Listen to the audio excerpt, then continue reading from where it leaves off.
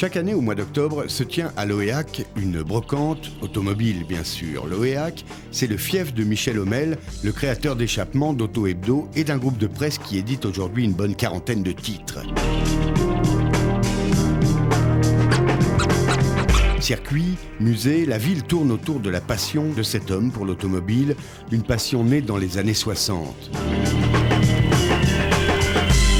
L'occasion cette année était trop belle de marquer doublement cette date. C'est qu'en octobre 1964, il y a donc 40 ans exactement, survint en France un événement qui allait changer la vie de Michel Hommel et avec lui de plusieurs centaines de personnes. C'est vrai que si j'avais pas conduit la R8 Gordini, si j'avais pas vécu toute cette passion sur les circuits, disons que ça a été ma rencontre avec le sport automobile et j'aurais certainement même pas lancé Échappement.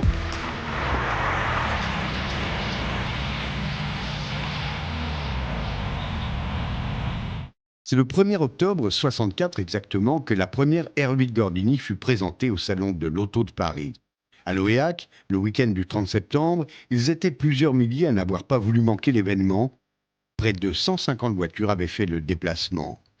Des versions 1100, des 1300, des groupes 4, bref, tout ce qu'on a pu développer autour de la populaire petite française était représenté. Au volant, des passionnés bien sûr, des jeunes, des moins jeunes, tous réunis en tout cas autour du souvenir d'une légende, de celle que l'on peut considérer comme étant la première GTI de l'ère moderne.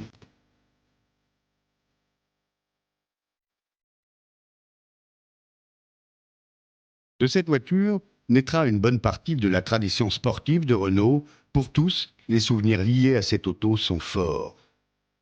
Il y a 6 mois, avec Christian Schmalz, on s'est dit qu'on allait relever le défi d'organiser des retrouvailles pour fêter les 40 ans de la création de la voiture.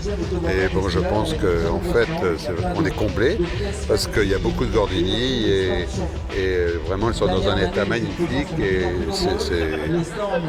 là, on démarrait, on commençait à faire le tour des voitures et on essayait de retrouver d'ailleurs les voitures équipées des fameuses roues, des fameux pneus SP Sport 135-380 et il y en a quelques-unes qui sont équipées de ces pneumatiques encore et c'est formidable. Dès sa présentation, la voiture connaîtra un succès phénoménal. Présentée en version 1100, la Gord, comme on l'appellera bientôt, succède à la 1093, dernier modèle d'une série de déclinaisons sportives de la célèbre Dauphine, alors best-seller de la régie Renault. À l'époque, Renault tourne autour de différentes évolutions sportives de ses modèles phares. La 4 chevaux d'abord, la Dauphine ensuite, puis la R8 qui fut présentée en 1962, présente, il est vrai, des caractéristiques intéressantes.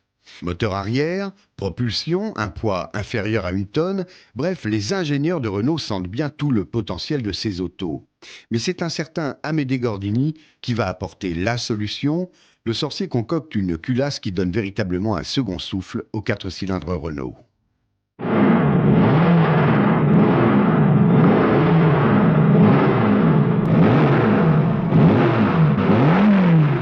Cela commence par un coup de baguette magique sur la mécanique Renault de tous les jours. Un robuste moteur construit par centaines de milliers.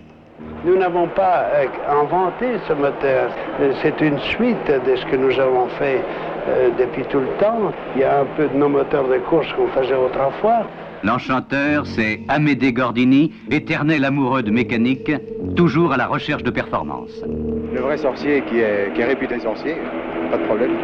En 1957, Gordini avait déjà ensorcelé le moteur Dauphine. Quelques années après, ce fut le tour du moteur Renault 8, un 4 cylindres porté successivement à 1100 puis à 1300 cm3. Sur le Renault 8 Gordini d'aujourd'hui, 2 carburateurs double corps assurent directement l'alimentation. Un des secrets de la performance, dans une chambre hémisphérique, un double allumage s'effectue à partir d'une seule bougie. Ultime progrès, un alternateur alimente le circuit électrique. Mais au-delà de la mécanique, c'est par l'évocation sportive qu'elle a suscité que la Gord est devenue un mythe. Beaucoup des grands noms du sport automobile français sont nés autour d'elle. Jean Ragnotti, Alain Serpaggi, mais aussi Jean-Pierre Nicolas, Jean-Luc Terrier ou Gérard Larousse ont tous débuté sur Gordini. Créée en 1966, la Coupe Gordini permit en outre à de nombreux jeunes sans moyens d'aborder la compétition. Le budget du concurrent est modeste. Et souvent, le pilote et le mécanicien ne font qu'un seul homme.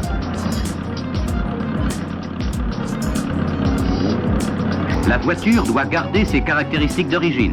La mécanique ne peut être trafiquée. Et le règlement, appliqué avec sévérité, peut même remettre en cause le vainqueur après les contrôles d'usage.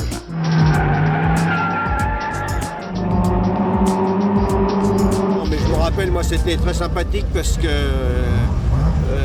notamment, moi, quand je prends mon cas particulier, la semaine, j'allais travailler avec la voiture. Le dimanche, on partait faire des courses. Et puis, on rentrait le dimanche soir par la route. Et puis, le lundi, on travaillait avec la voiture. Et puis, alors à l'époque, on était toute une bande de copains avec les Jabouille, Fiorentino, Lefebvre et autres. Et bien souvent, on se retrouvait le vendredi soir, on partait de Paris ensemble. Déjà, on se tirait une petite bourse sur la route. On faisait la course le dimanche, et puis le dimanche soir, en rentrant, on refaisait une sorte de compétition sur la route. Il y avait une ambiance fantastique. Je ne connaissais pas les circuits, j'arrivais souvent par la route et j'avais des soucis avec les jantes parce que je cassais beaucoup de jantes sur les trottoirs puisque je glissais trop. Je me suis régalé pendant 2 ans et demi, 3 ans à faire des glisses et je crois que mon plaisir et ma réputation de pilote qui glisse beaucoup, je crois qu'elle est restée finalement grâce à la Renault Gordini et qu'elle a duré longtemps. Pour Jean Ragnotti, c'est vrai, cette science de la glisse acquise au volant de la Gordini lui apporta le succès en rallye sur les R5 Turbo. Et c'est ça, sans aucun doute, le vrai secret de la R8 Gordini, la glisse. À voir les leçons de pilotage que donne dans ses archives le regretté Jean-François Piot, on comprend mieux ce qui a conduit les jeunes de l'époque à se passionner pour cette voiture. À l'entrée d'un virage, on se trouve devant le problème de le prendre le plus vite possible. Et pour cela, il faut essayer de trouver une zone de freinage la plus courte, avec la méthode du frein accélérateur. Une fois que la voiture est bien ralentie, et qu'on se trouve juste à pouvoir observer le degré du virage, on balance la voiture. Et à ce moment-là, l'arrière va avoir tendance à chasser vers l'extérieur. On le corrige petit à petit en contrebraquant. Le nez vient mordre bien à l'intérieur. L'important est d'aller piquer sur la corde légèrement avant le virage. Pour se laisser déporter à droite bien après.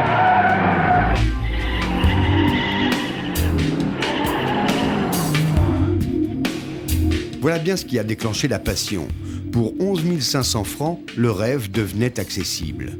Dans ce contexte, la voiture fut rapidement très populaire. Des inconnus accèdent ainsi au rang de pilote, parfois seulement le temps d'un week-end, parfois pour une, voire plusieurs saisons.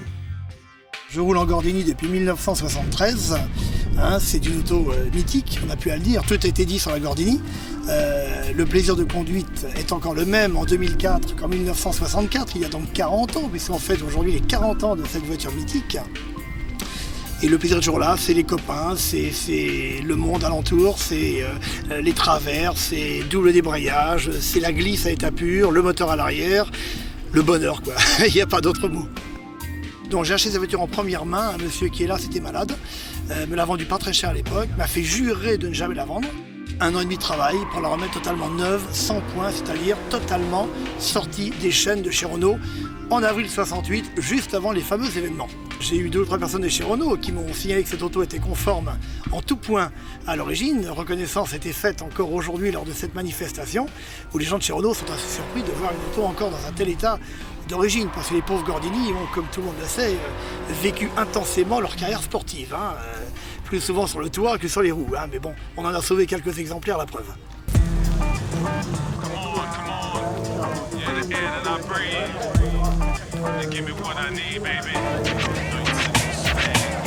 Et c'est ce que nous a fait découvrir ce week-end anniversaire. La passion de la Gord n'appartient pas qu'aux jeunes de cette époque. Des jeunes d'aujourd'hui ont aussi attrapé le virus, un virus transmis le plus souvent par les gènes du souvenir. C'est un plaisir d'enfance, toujours. C'est un rêve de gosse. J'en ai eu une à 16 ans et puis voilà. Quand j'ai aperçu pour la première fois une R8 Gordini, je me suis dit quand j'aurai 18 ans, j'aurai une R8 Gordini. Bon, je l'ai achetée à 20 ans, mais... C'est toujours celle-là. Et toujours celle-là, ouais. Elle était déjà préparée comme ça Non, je l'ai achetée, elle était strictement d'origine. Elle avait juste l'arceau dedans. Mais moi, bon, à cet âge-là, on aime bien... j'ai monté 4 ailes en plastique et puis des jantes pour que ça ait plus de gueule.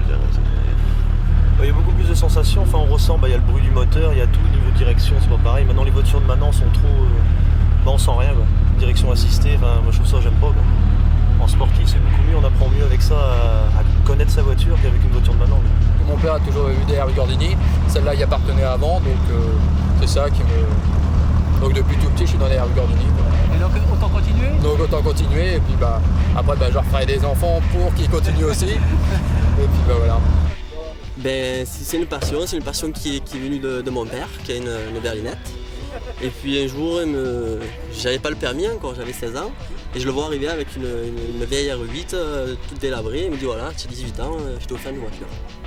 Et bon, c'est bien beau, mais pour rouler tous les jours, je connaissais pas du tout, mais elle me dit on va la refaire petit à petit, le soir, pendant les vacances et pendant les week-ends. Mon père est carrossier, donc j'ai pu la restaurer, doucement, petit à petit. Elle a fait courir de nombreux pilotes, elle a fait rêver pas mal de personnes. Et donc, c'est un privilège d'avoir ça maintenant. C'est un privilège et je suis content de l'avoir. Merci.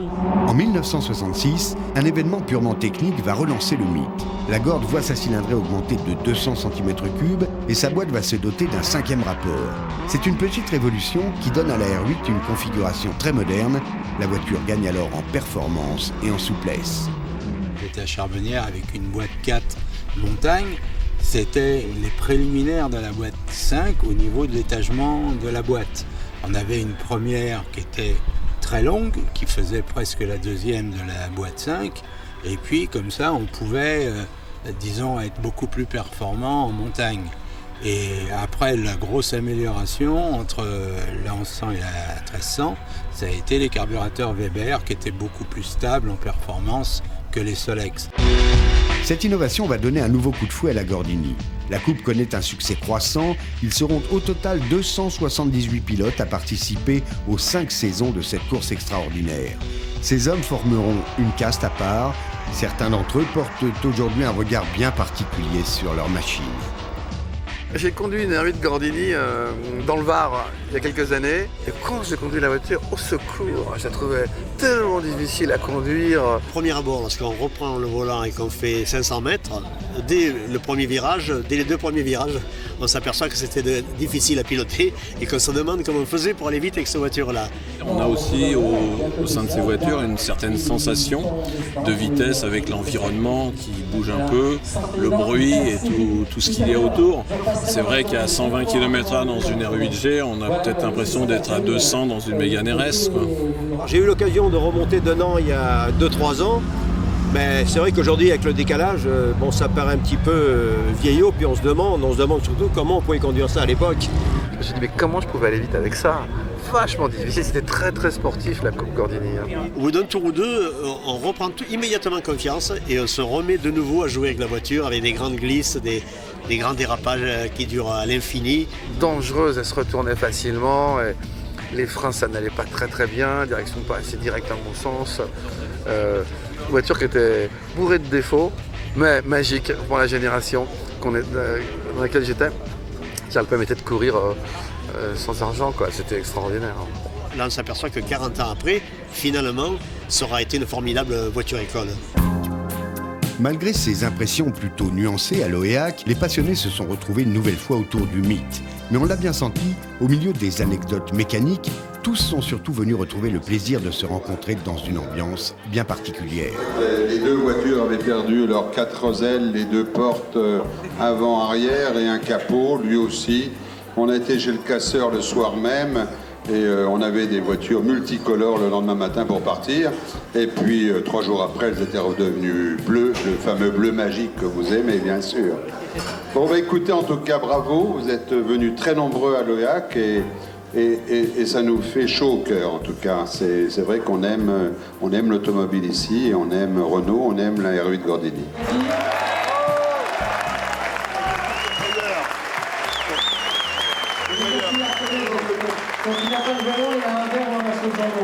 Ma première course s'est soldée par une victoire, puisqu'il y avait 135 concurrents au départ du rallye. Il y avait 75 Renault 8 Gordini, et j'ai fait premier des 75 Renault 8 Gordini.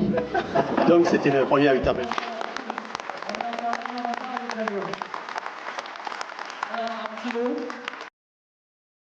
Que ce soit au musée avec Michel Homel et Jean Ragnotti ou sur les pelouses du manoir de l'automobile, beaucoup ont retrouvé ici une part de leur jeunesse et sont remontés aux origines de la passion qui a encore une fois animé cette manifestation. À l'époque de la Coupe Gordini, je courais, mais sur une voiture beaucoup plus petite, beaucoup plus discrète. J'étais pas compétitif du tout. Et mon rêve s'est réalisé un jour par une toute petite annonce sur un journal qui disait R8 Gordini, Coupe Gordini. Et puis le lendemain matin, j'ai pris ma remorque et j'ai pris la direction de Paris, où la voiture était à vendre dans un garage de Monsieur Lagier, qui était son concurrent à la Coupe Gordini, puisque finalement c'était lui qui l'avait à vendre. Bernard Lagier était premier de la Coupe Gordini 69 et cette voiture-là a terminé deuxième de la Coupe Gordini 69. J'ai beaucoup de plaisir avec elle depuis 10 ans maintenant. Je roule un petit peu partout avec, mais beaucoup de plaisir.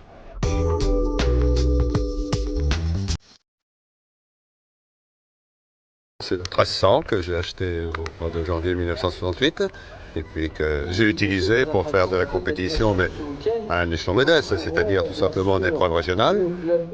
J'ai dit la Gordini, c'est vraiment la voiture qui me convient et puis je serai à peu près à égalité avec mes amis au point de vue arme. Ensuite, on verra ce que ça donnera. Et puis cette voiture, j'ai décidé de la garder parce que elle était tellement magique et magnifique et elle me collait comme un gant. J'ai dit ça, je la garde et puis je l'ai gardée.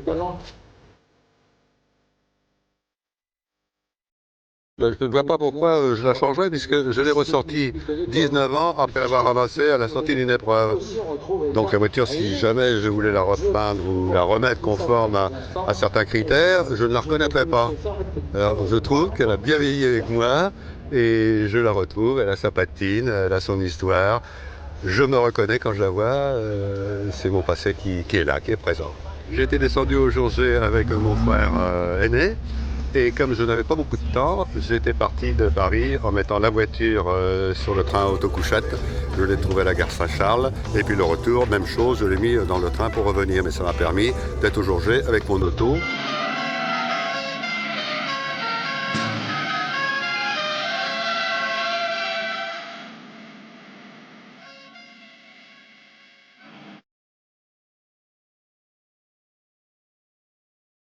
Le jour J, c'est le bout de la piste pour la R8 Gordini. Toutes les belles histoires ont une fin. Celle de la Gorde va s'achever en 1970. Renault décide de la remplacer par la R12, dont la version Gordini sera également soutenue par une coupe. La passation de pouvoir a lieu au Castellet le dimanche 19 juillet.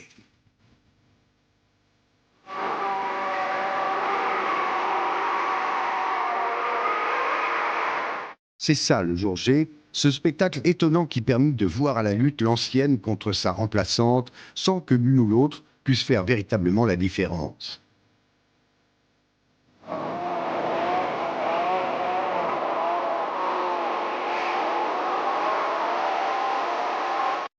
Même si la coupe R12 connut moins de succès que la précédente, elle permet encore à de nombreux jeunes pilotes de se faire un nom. Ils s'appellent Marc Sour, Danis Nobeck, René Medge ou Bernard Dubois. Ils doivent tous une part de leur renommée à Gordini et à Renault.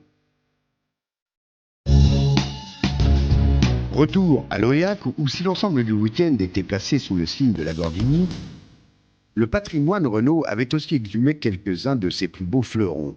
On a aperçu tout à l'heure la 5 Turbo de Jean Ragnotti, mais Jean-Pierre Josso avait également fait le déplacement avec l'Alpine A443 du Mans 78, Alain Serpaggi avec la première F1 à moteur turbo.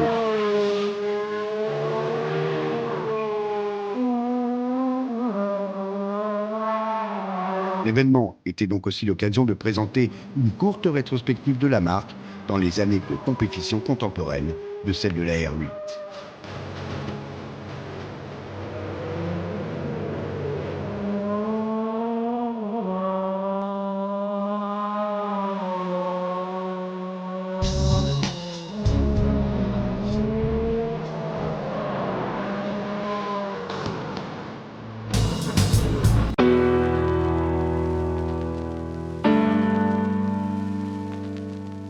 Un beau spectacle que nous avons complété par une rapide visite du musée du manoir de l'automobile. Là, ce sont 3 modèles qui nous attendent. Une 1100, une 1300 et une curiosité qui ne fut pas commercialisée, mais développée par Renault Sport uniquement pour la compétition. On sent, bon bah ça c'est la base, 1300 boîte 5, moteur 1255 cm3, et donc la R8 Gordini, moteur double arbre. Donc c'est une voiture qui avait été donc façonnée par la régie Renault pour le Tour de Corse, et elle avait été confiée à un pilote suédois qui s'appelait Johansson. Et donc cette voiture avait bien fonctionné, n'avait pas mais la régie Renault a trouvé que l'expérience n'était pas durable, et donc elle avait prévu donc de mettre à la casse cette série de voitures de course, comme ça se faisait beaucoup à l'époque d'ailleurs. Et Amédée Gordini, qui était très attaché parce qu'il avait été très concerné par l'élaboration de cette voiture, puisque il avait en fait adapté le moteur donc des Alpines Quelongue du Mans à la R8 Gordini. Et donc Amédée Gordini a racheté à la régie Renault cette voiture, l'a recarrossée d'une manière plus urbaine, et donc a roulé pendant des années avec cette voiture. Et ensuite, quand il est mort, elle est passée de main en main pour arriver ici, dans ce musée. Cette histoire, c'est l'histoire d'amour qui me suit depuis des années, des décennies. Et donc, on s'est retrouvés il y a 5 ans, pour les 35 ans de la Coupe R8 Gordini, où là, on avait réuni 130 pilotes. Et puis aujourd'hui, on a réuni 150 voitures, et c'est formidable, parce qu'en fait, on retrouve une passion intacte au niveau de tous ces propriétaires qui sont jeunes, moins jeunes, mais qui aiment l'automobile et qui aiment la R8 Gordini.